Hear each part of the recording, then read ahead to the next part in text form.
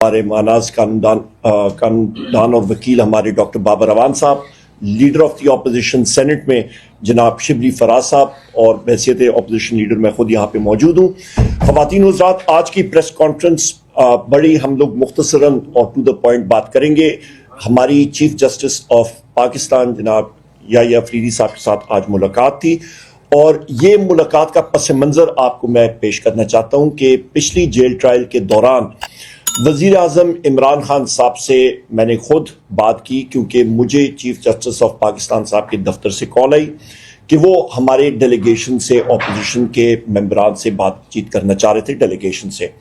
और वज़ीर आज़म इमरान खान साहब से 3 बार मैंने उनकी इजाज़त पूछी कि जी आप इजाज़त देते हैं, और उन्होंने खुद बात की। और इत्तेफाक से मेरे साथ उस दिन बैरिस्टर अली जफर साहब भी मौजूद थे और सेनेटर शिबली फराज साहब भी मौजूद थे, और उन्होंने बिल्कुल कहा, और जिस वक्त मैं जा रहा था तो मैंने फिर उनसे इजाज़त ली। मैंने कहा जी आपकी इजाज़त है। उन्होंने कहा बिल्कुल मिले, और अपना मौक़िफ़ जो है वो ज़रूर दीजिएगा। और बल्कि सलमान अकरम राजा साहब का उन्होंने नाम लेकर कहा कि उनसे मिलिट्री कोर्ट्स के हवाले से भी ज़रूर बात कीजिएगा। इसके साथ साथ ख़वातीन व हज़रात, जो आज की मीटिंग का आज जो पॉइंट्स वहां पे रखे गए चीफ जस्टिस ऑफ पाकिस्तान साहब के साथ, सबसे पहले हमने कहा कि वज़ीर आज़म इमरान खान साहब और बुशरा बीबी साहिबा के जो केसेस की डेट्स हैं वो हमारे यहाँ पे मानाज कानून साज यहाँ हमारे वकला हजरात बैठे हैं, इनको इनकी इल्म में भी नहीं होता, और वो डेट्स जो है वो उनकी चेंज हो जाती हैं। उनकी समात की डेट्स जो केसेस की हैं वो चेंज हो जाती हैं।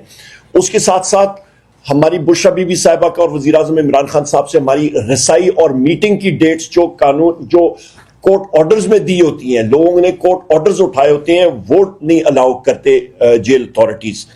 इसके साथ साथ वकला को, जो कि एक प्रिविलेज होता है, आपका लॉयर क्लाइंट का प्रिविलेज होता है, वो अलाउ नहीं किया जाता। वकला को दूर रखा जाता है अपने क्लाइंट से। वज़ीर आज़म इमरान खान साहब से दूर रखा जाता है, बुशरा बीबी साहिबा से।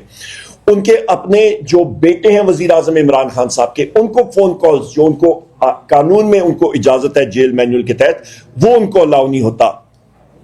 वहां पे चीफ जस्टिस साहब को हमने इस चीज का भी बावर कराया कि जो जेल मैनुअल है और कानून, उसकी धज्जियां जो हैं वो उड़ाई जा रही हैं। तो ये वो चीजें हैं जो कि आपके लोअर जुडिशरी में जो ये हालात हो रहे हैं, तो आइन और कानून तो बहुत दूर की बात है, ये सब का सब जो आपका लोअर कोर्ट्स में हो रहा है, वज़ीर आज़म इमरान खान साहब से, बुशरा बीबी साहिबा से, हमारे बाकी साथियों के साथ, तो ये आप अंदाजा लगा सकते हैं कि कौन सा कानून और कौन सा आइन।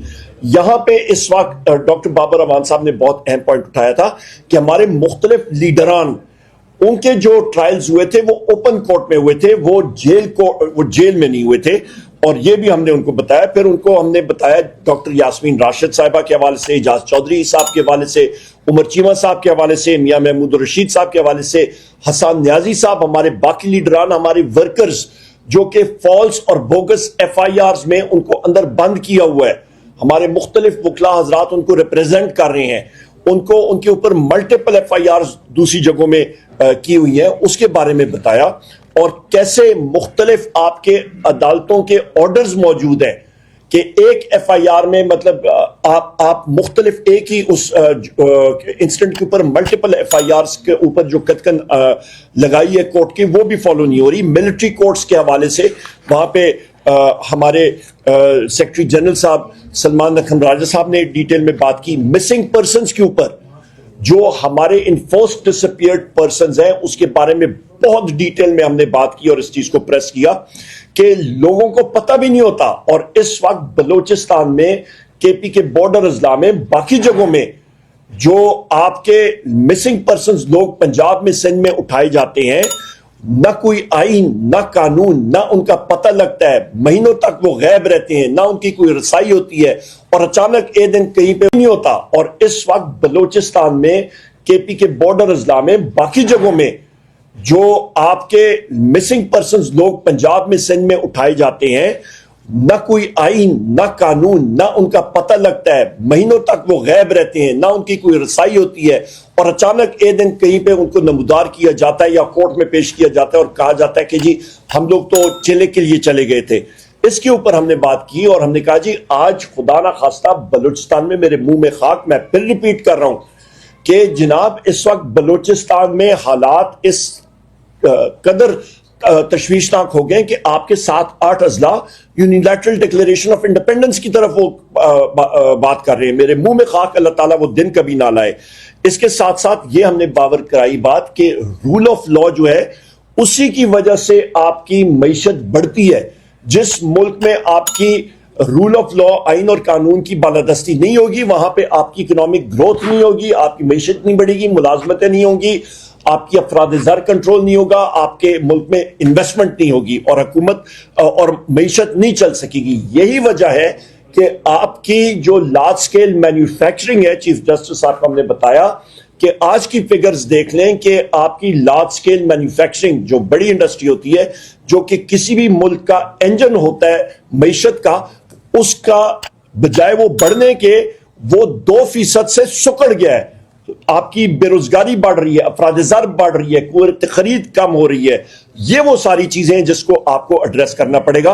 9 मई और 26 नवंबर के हवाले से जो वज़ीर आज़म इमरान खान साहब ने चीफ जस्टिस साहब को खत लिखा था, वो उन्होंने कॉन्स्टिट्यूशनल बेंच को भेजा है और हमने ये कहा है कि हम लोग 26वीं आईनी तरमीम को तस्लीम नहीं करते। ये भी हमने बावर कराया उनको और हमने ये भी कहा कि इन खतूत के ऊपर और इसके ऊपर वो कमीशन बैठने चाहिए।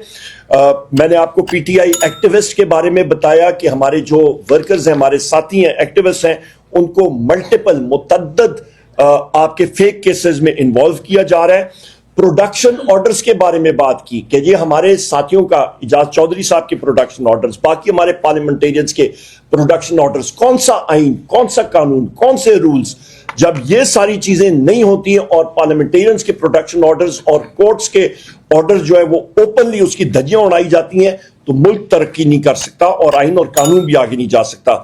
इसके साथ साथ हमने ये भी कहा कि हमारे जो वकला हजरात हैं, उनको डराने के लिए, उनको धमकाने के लिए, उनको दबाने के लिए, उन वकला हजरात को, जितने मेरे ये साथी यहाँ पे मौजूद हैं, सबके ऊपर अभी मानाज ये कानूनदान भी हैं, ये मतलब वकला भी हैं और पार्लियामेंटेरियंस भी हैं, पर इनके ऊपर मल्टीपल FIRs लगी हुई हैं, फेक FIRs लगी हुई हैं, हमारे दहशतगर्दी की FIRs लगी हैं।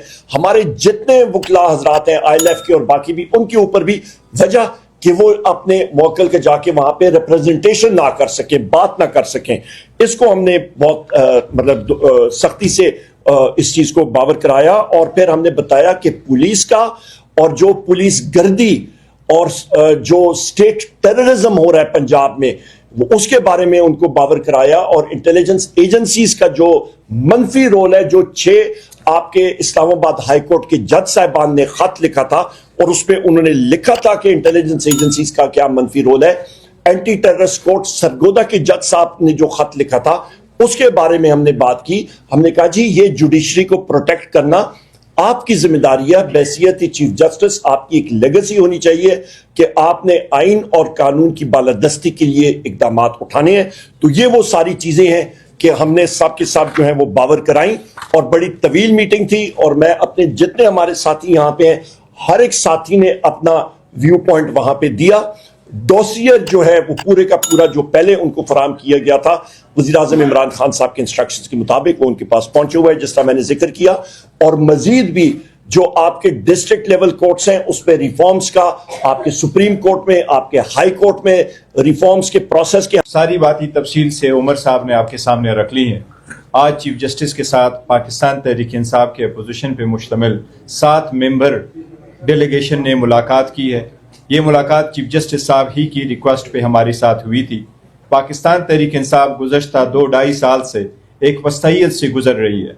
चीफ जस्टिस साहब ने नेशनल जुडिशल पॉलिसी कमेटी की मीटिंग के सिलसिले में हमसे एक एजेंडा शेयर किया था और 10 पॉइंट्स पे उन्होंने तजावीज़ मांगी थी।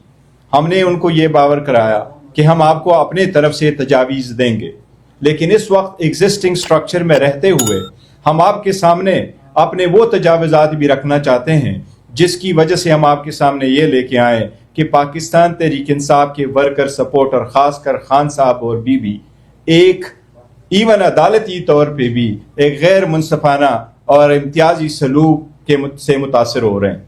हमारे केसेस नहीं लग रहे। खान साहब का हमने पूरी तफसील के साथ उनको कहा कि कभी आइसोलेशन में रखा जाता है, डॉक्टर की एक्सेस नहीं दी जाती, किताबें नहीं प्रोवाइड की जाती, उसको एक्सरसाइज की मशीन के नहीं, और यहाँ तक कि उनको बच्चों से बात नहीं करवाई जाती, उससे बीवी की मुलाकात नहीं करवाई जाती। तो ये सब कुछ सिर्फ हमारे लिए है, और ये ज़्यादातर पंजाब में ये फस्तायत बड़े अरसा से शुरू है। हमने उनको ये भी कहा कि आपकी अदालत के ऑर्डर को आजकल कोई अदालत का ऑर्डर समझता ही नहीं है।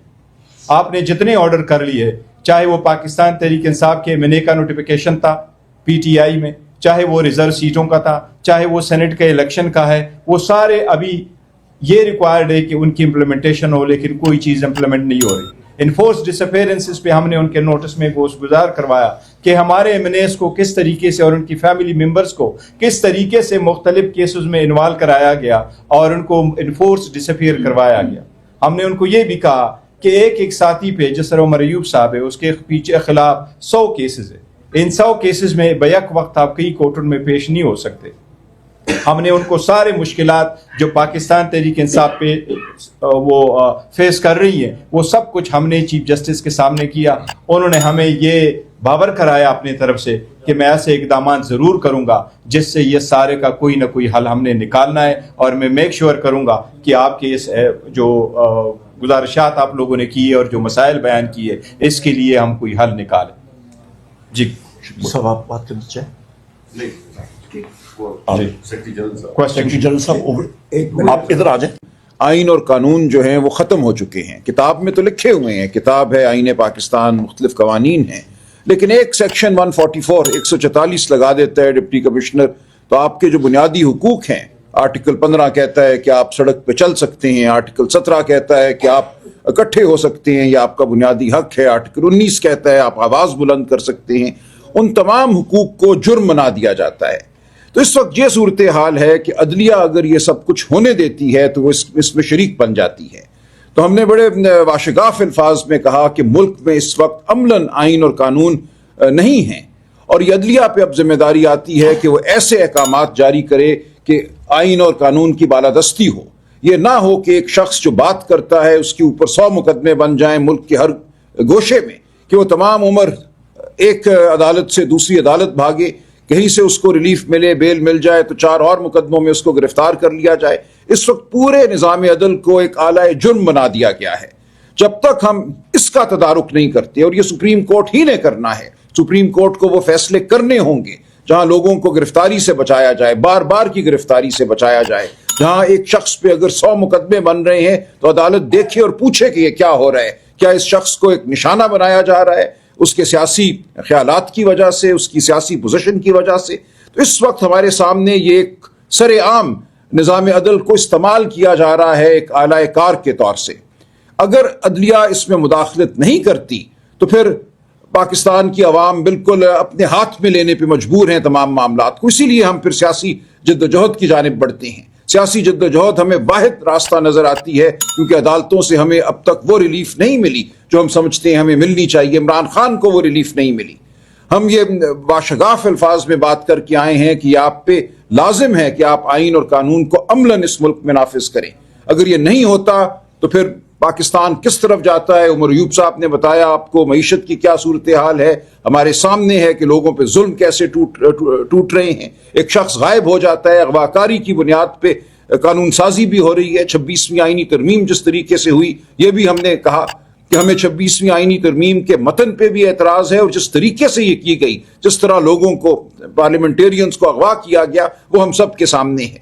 तो ये पूरा माहौल ऐसा है जो किसी से ढका छुपा नहीं है, और चीफ जस्टिस साहब से भी ढका छुपा नहीं है। हम आज बड़े वाज़े अल्फाज में ये बात उनके सामने रख कर आए हैं। अब हम देखेंगे कि क्या अमल होता है, किस तरह इस सूरत हाल को बेहतर बनाया जाता है। एक मिनट थोड़ा सा ऐड करना चीफ जस्टिस साहब को कि अदलिया का आप पहले अपना घर जरा ठीक करें। एक जग हसाई बनी हुई है कौम सारी, जिस मुल्क में खुद मुनसिफ जो है वो इंसाफ के तलबगार हों, तो फिर आप निज़ाम अदल और फिर किस चीज़ के आप पैटर फेमिलियस हैं। पैटर फेमिलियस फादर ऑफ दी जुडिशरी होता है। तो इसलिए अगर जो 5 जजेस सुप्रीम कोर्ट के भी एक चीज़ बार बार लिख रहे हैं कि पहले 26वीं तरमीम का जो है फैसला कीजिएगा, उस वक्त तक आप कोर्ट पैकिंग ना करें। ये कोर्ट पैकिंग का हमने लफ्ज इस्तेमाल किया कि ये जो है कोर्ट पैकिंग हो रही है और इसकी अगली नस्लें हमारी जो है वो भुगतेंगी इसका नतीजा।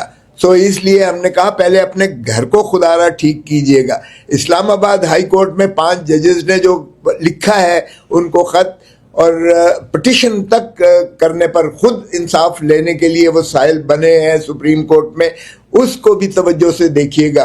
और आपके भाई जो आपको बार बार वो बावर करवा रहे हैं, सीनियर तरीन जज साहबान जो सुप्रीम कोर्ट के कह रहे हैं कि इन मामलात पर देखिए, तो पहले आप अपना घर खुदारा ठीक कीजिएगा। पाकिस्तान के अवाम मुंतज़िर हैं इंसाफ के, और इंसाफ के बिना कोई शायद कुफ्र की रियासत तो चल सकती है लेकिन जुल्म और नाइंसाफी की रियासतें नहीं चला करती हैं। सो इसलिए खुदारा अपने घर को ठीक कीजिएगा।